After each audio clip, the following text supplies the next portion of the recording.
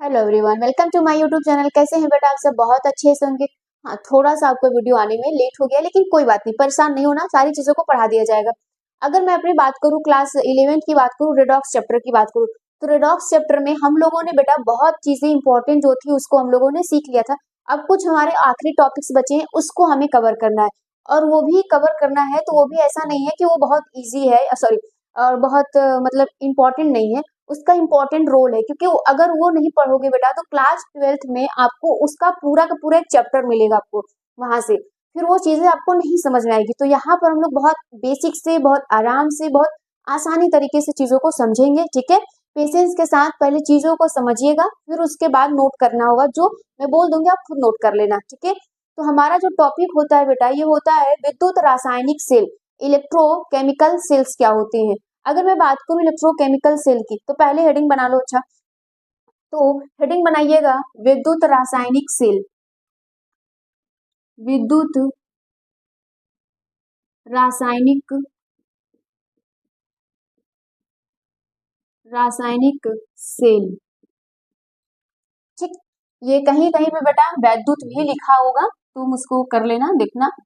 ठीक है, वैद्युत, इसकी हम लोग बात कर ले तो अगर मैं इसको बोलूं तो इसको बोला जाता है इलेक्ट्रो इलेक्ट्रोकेमिकल केमिकल सेल। ठीक, इलेक्ट्रोकेमिकल सेल। जैसे ही सेल आती है तो सेल का मतलब क्या होता है बेटा, यहाँ पे बैटरी। सेल का मतलब क्या समझ रहे हो? बैटरी, है ना। सेल का मतलब यहाँ से हम लोग बैटरी को समझ रहे हैं।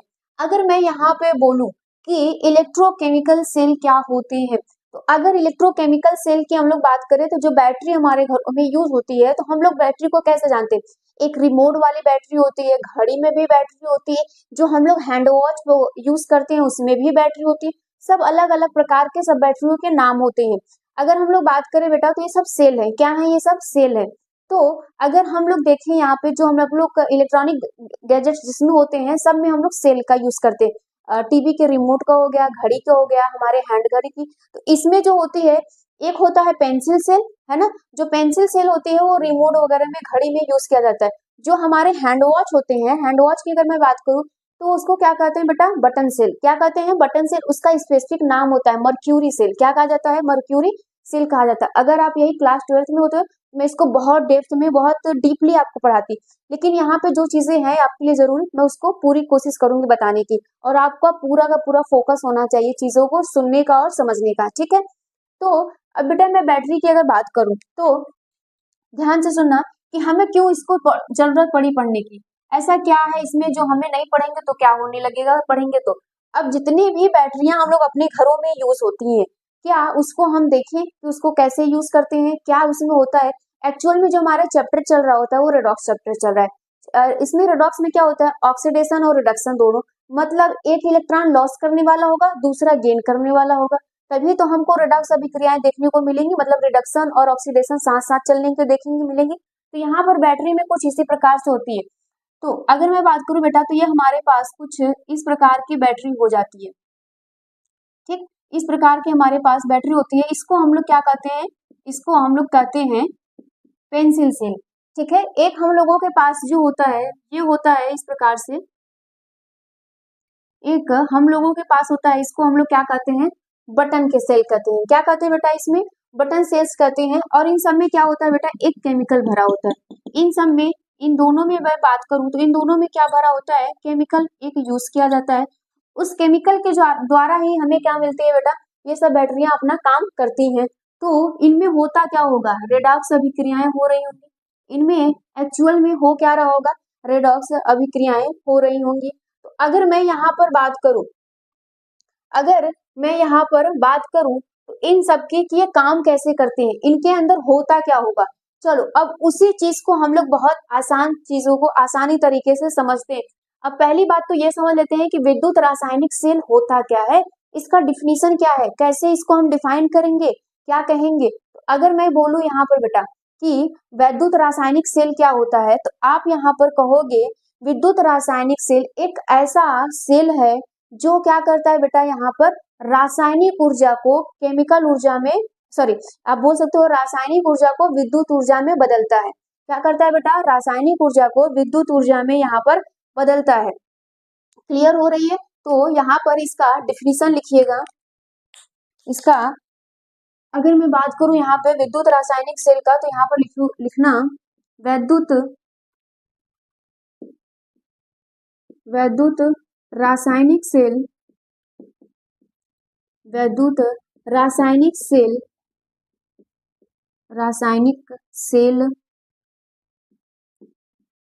विद्युत रासायनिक सेल एक ऐसा सेल है, एक ऐसा सेल है जो रासायनिक ऊर्जा को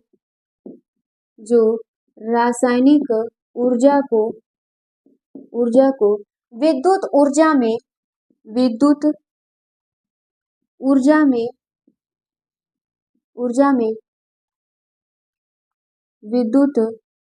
में परिवर्तित करता है,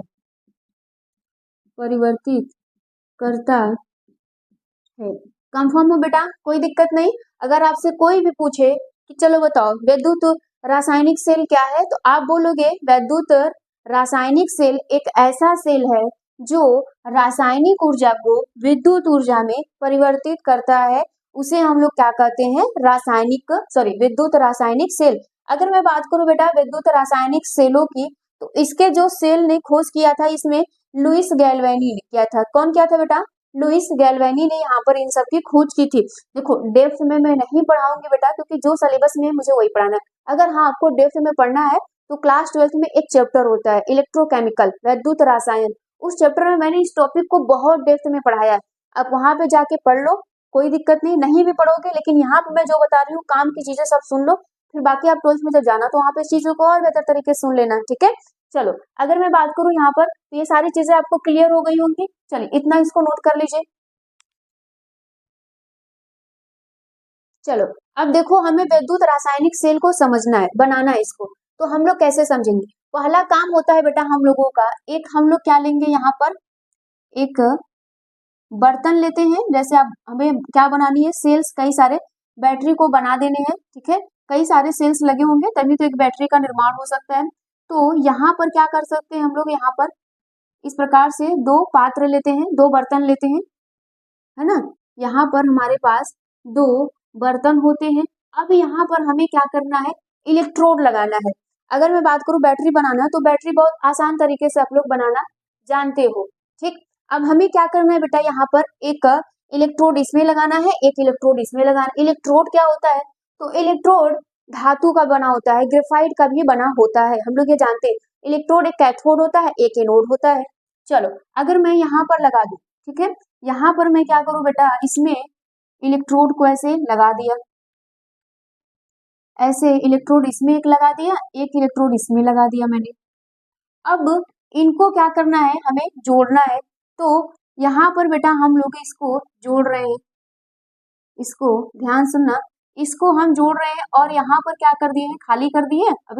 अभी तक हमने इसको क्या किया है, स्विच ऑन नहीं किया, अभी तक परिपथ पूरा नहीं है। अब हमने यहाँ पर क्या किया बेटा, एक गैल्वेनोमीटर लगा दिया। अब बेटा ये गैल्वेनोमीटर क्यों लगाया मैम आपने? इसलिए लगाया गया है ताकि आपको ये छोटी विद्युत धारा को बता सके, और ये भी बता सके कि इलेक्ट्रॉन किधर से किधर जा रहा है, इधर से इधर जा रहा है कि इधर से इधर जा रहा है, इसलिए इसको लगाया जाता है गैल्वेनोमीटर को। अभी तक ये पूरा नहीं है, अब हमने क्या किया बेटा, जिंक की रॉड ली है। ये क्या किए हैं, एक जिंक की रॉड लिए, ये जिंक का इलेक्ट्रोड है और ये कॉपर का इलेक्ट्रोड होता है। अब बैटरी बनाने के लिए सबसे अच्छा काम होता है, जिसका तुम इलेक्ट्रोड ले रहे हो उसी का तुम विलयन में डाल दो, उसी के विलयन में तुम डाल दो।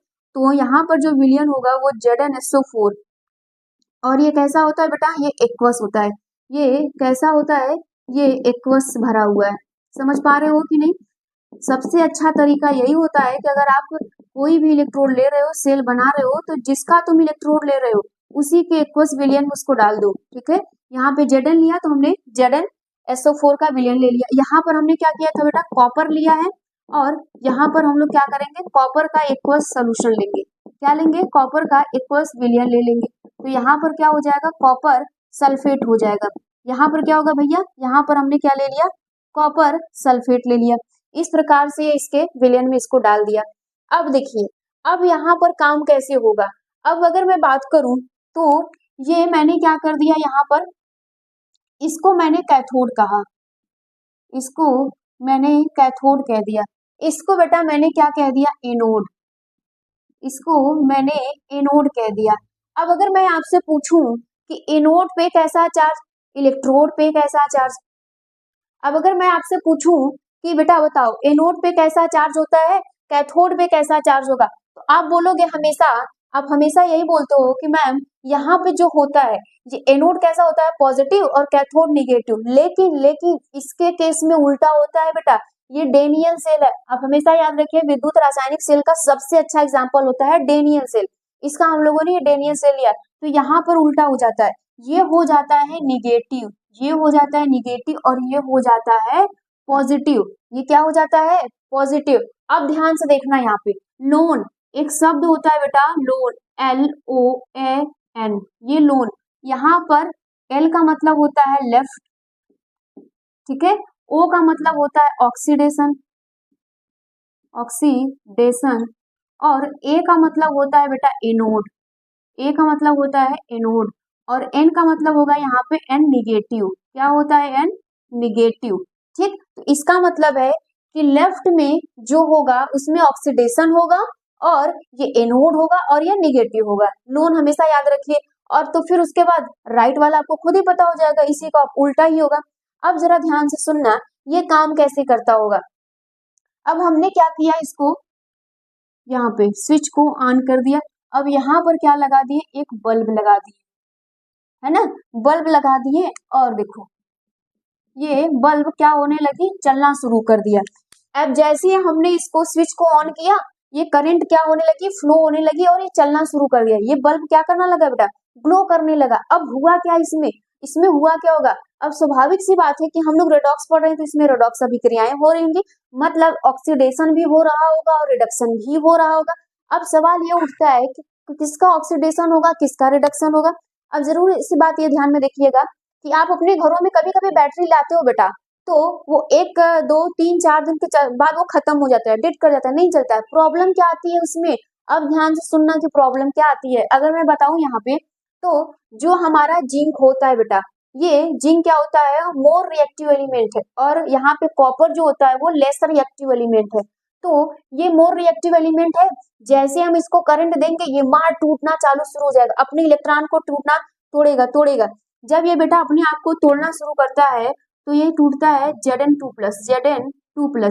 इसमें इस प्रकार से इस पूरे बर्तन में क्या हो जाते हैं, Zn2+ हो जाता है, और इलेक्ट्रॉन यहीं पर आ जाते हैं। इलेक्ट्रॉन क्या होते हैं बेटा, इसका यहीं पर आ जाते हैं। तो ये इलेक्ट्रॉन ट्रेवल करने लगते हैं। ये इलेक्ट्रॉन जब देखा जाता है गैल्वेनोमीटर से, तो देखा जाता है कि इसका इस प्रकार से मूव होता है। तो इलेक्ट्रॉन क्या होते हैं बेटा, इधर से इधर मूव करना चालू करते हैं, इलेक्ट्रॉन यहाँ पर आना शुरू कर देते हैं। और ये भी जैसे ही हम लोग क्या करते हैं बेटा, इसको करंट देते हैं, तो ये भी टूटने लगता है, ये टूटने लगता है Cu2+ में, है ना, Cu2+ में ये भी टूटने लगेगा, Cu2+ में टूटने लगेगा, और SO4 भी विलयन में हो जाएंगे, SO4 भी विलयन में हो जाएंगे, ये भी टूटेगा, SO4 होगा, SO4 होगा। ध्यान से सुनना, ये जिंक की छड़ है, ये मोर रिएक्टिव एलिमेंट है, तो ये क्या करने लगता है, ज्यादा से ज्यादा टूटने लगता है, और जितना ज्यादा से ज्यादा ये समय के साथ साथ क्या होने लगता है बेटा, खत्म होने लगता है। ये समय के साथ साथ ये क्या होगा, खत्म। क्यों, क्योंकि जब हम लोग इसको कर देते हैं, कनेक्ट कर देते हैं, इसको चार्ज कर देते हैं, आपस में जोड़ देते हैं, तो इसको क्या करने लगता है, ये अपना छड़ क्या होने लगता है, इलेक्ट्रॉन को तोड़ने लगता है, और इलेक्ट्रॉन बेटा यहाँ से यहाँ तक मूव करने लगता है। अब कहानी में मजा ये आता है कि इसके साथ क्या होगा, ऑक्सीडेशन। ऑक्सीडेशन में क्या होता है, इलेक्ट्रॉन को लॉस कर देना, मतलब Zn क्या कर दे रहा है, Zn2+ में हो जा रहा है, अपना 2 इलेक्ट्रॉन लॉस कर दे रहा है। और यहाँ पर क्या होगा बेटा, रिडक्शन। तो रिडक्शन में क्या होगा, ये 2 इलेक्ट्रॉन को गेन करेगा, और गेन करके ये फिर से कॉपर बन जाएगा, फिर से ये कॉपर बन जाएगा। अब मजे की बात ये होती है कि कॉपर को 2 इलेक्ट्रॉन मिलते कहाँ से हैं, कॉपर को ये 2 इलेक्ट्रॉन मिलते कहाँ से, ऐसा तो बेटा ये जो इलेक्ट्रॉन यहाँ से जा रहे हैं ना, ये इसी इलेक्ट्रॉन को।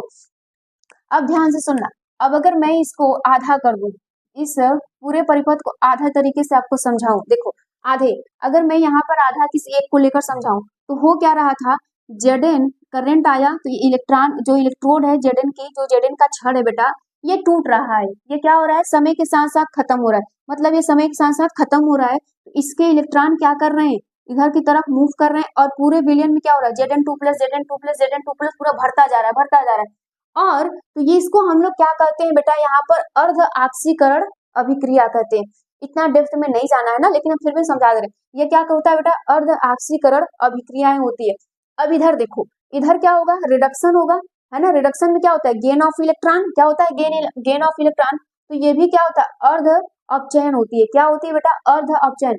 अब सारे कहानी में सुनना कि जब ये समय के साथ साथ खत्म हो जाएगा, और यहाँ पर क्या होते हैं, यहाँ पर जब इलेक्ट्रॉन आना शुरू करते हैं, तो ये जो कॉपर है ना, ये जो बेटा कॉपर है, तो यहाँ पर कॉपर जाता है इलेक्ट्रॉन की लालच में, इलेक्ट्रॉन को देखेगा तो इसका एकदम मन मचल जाता है कि जाएंगे इसके पास, और इलेक्ट्रॉन को लेकर ये चिपक जाता है इसी के पास। ये क्या होता है बेटा, चिपक जाता है। तो समय के साथ साथ ये छड़ बेटा क्या होने लगती है, खत्म होने लगती है। ये छड़ क्या होने लगती है, समय के साथ साथ खत्म। और ये समय के साथ साथ छड़ ये क्या होने लगती है, मोटी होने लगती है। ये छड़ क्या होने लगती है बेटा, इस प्रकार से मोटी होने लगती है। अब कहानी में मजा इसलिए आता है कि क्योंकि ये इलेक्ट्रॉन जा रहे हैं और इलेक्ट्रॉन वापस आ ही नहीं रहे। ये जो कॉपर है बेटा, विलयन में टूट तो रहे हैं, इलेक्ट्रॉन की लालच में जा रहे हैं, लेकिन आ ही नहीं रहे इस विलयन में आ नहीं रहे हैं। तो ये दोनों आपस में एकदम गाना गाने लगते हैं। अब देखो यहाँ पर होगा क्या, ये तो बोलता है कि अब इलेक्ट्रॉन को यहाँ पर से यहाँ पे क्या होने लगता है कि एक टाइम ऐसा आता है कि ये विलियन जो बोलता है कि आने नहीं देंगे तुमको, है ना, किसको, Zn को, क्योंकि ये टूट रहा है ना बेटा, मोर रिएक्टिव एलिमेंट है, इसको जैसे ही करंट मिलेगा ये बहुत ज्यादा क्रियाशील करने लगता है, तो तुरंत लगता है फटाफट एकदम टूटने।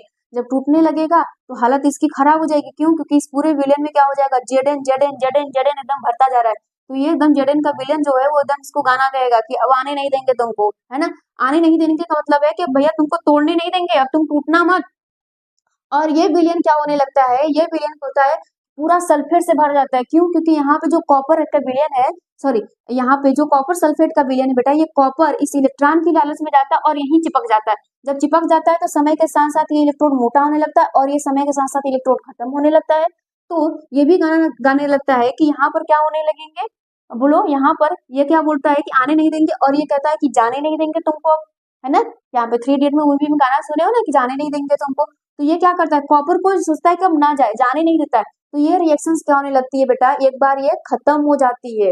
ये क्या होने लगता है, अब ये बैटरी डेड कर जाएगी, अब ये बैटरी क्या हो जाएगी, डेड कर जाएगी। क्यों, क्योंकि रिडॉक्स अभिक्रियाएं अब ये प्रोसेस करने को तैयार नहीं है। ये इलेक्ट्रॉन को अपने ये क्या करता है, Zn को टूटने नहीं देता कि Zn तुम आओगी मत, और ये क्या करता है, ये भी इसको पकड़ के रखता है कि तुम जाओगी मत।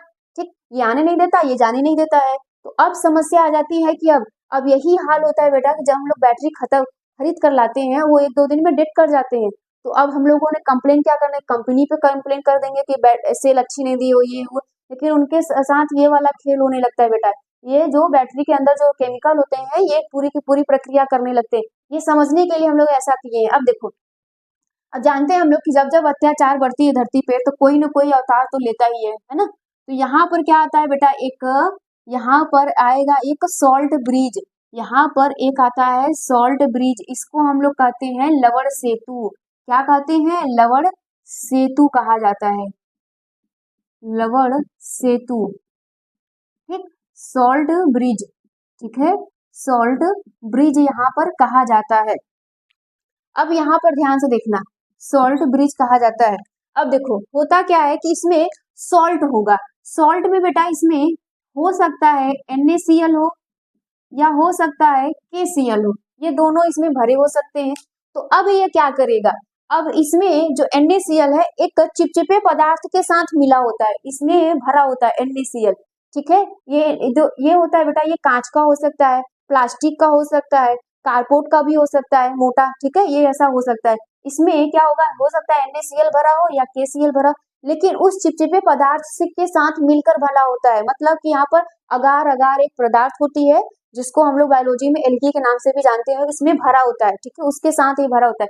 तो ये यहाँ से आने लगता है, जब देखता है कि इन लोगों के अत्याचार एकदम बढ़ने लगती है, तो होता क्या है बेटा, यहाँ से क्या होने लगता है कि ये Cl, ये प्लस होता है, ये माइनस, तो Cl यहाँ से आएगा, ठीक है, Cl यहाँ से आएगा तो इस Zn के साथ अभिक्रिया करेगा, इस बेटा इसमें जो Zn है इनके साथ अभिक्रिया करेगा और बना लेगा क्या, जिंक क्लोराइड। जब जिंक क्लोराइड बना लेगा तो इसको पीपीटी बना के बैठा देगा जमीन पर एकदम मार मार के, बहुत अत्याचार हो गया तुम्हारा, ठीक। अब Zn देखो, जैसे Zn सॉरी जैसे ही Cl आया, इस पूरे Zn को क्या किया, इस पूरे Zn को क्या किया बेटा, पीपीटी बना के नीचे बैठा दिया, तब ये अभिक्रियाएं आराम से चलती रहती, तब इतना आसानी से टूटता नहीं, इस पूरे विलयन में Zn नहीं भरा रहता।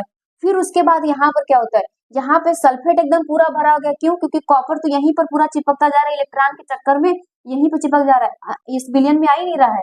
तो अब यहाँ पे पूरा का पूरा विलयन में क्या हो जा रहा है, सल्फेट सल्फेट हो जा रहा है। तो यहाँ से कौन आता है, मान लीजिए कोई भी आ गया, तो यहाँ पर क्या आ जाता है बेटा, यहाँ पर मान लो सोडियम है तो सोडियम आ जाएगा, तो यहाँ पे सल्फेट पे आ जाता है बेटा सोडियम, तो ये बना लेता है सोडियम सल्फेट पीपीटी के रूप में, ठीक है, यहाँ पे पीपीटी के रूप में सोडियम सल्फेट बना लेता है और इसको क्या करता है, एकदम पीपीटी में नीचे बैठा देता है। तो अब विलयन ये क्या होती है बेटा, उदासीन हो जाती है। उदासीन का मतलब कि जितना इलेक्ट्रॉन आया उतना यहाँ पे ग्रहण किया, जितना आया उतना यहाँ पर क्या किया, इसको ग्रहण किया। अब ये सारी चीजें समझ में आ रही है आपको, कुछ समझ में आ रहा है कि हो क्या रहा है एक्चुअल में। तो बेटा इस प्रकार से ये अभिक्रियाएं चलती रहती है। यही पूरा मेथड था आपको विद्युत रासायनिक सेल को समझाने का। तब ये क्या करती है, बल्ब जलती है, एकदम मस्त रहती है। और उसके पहले अगर हम लोग नहीं देखे, गैल्वेनोमीटर का काम क्या है, ये बताता है कि इलेक्ट्रॉन किधर से किधर गति कर रहा है। जब बेटा इलेक्ट्रॉन के अपोजिट ही क्या होती है, धारा गति करती है, करंट, ठीक है।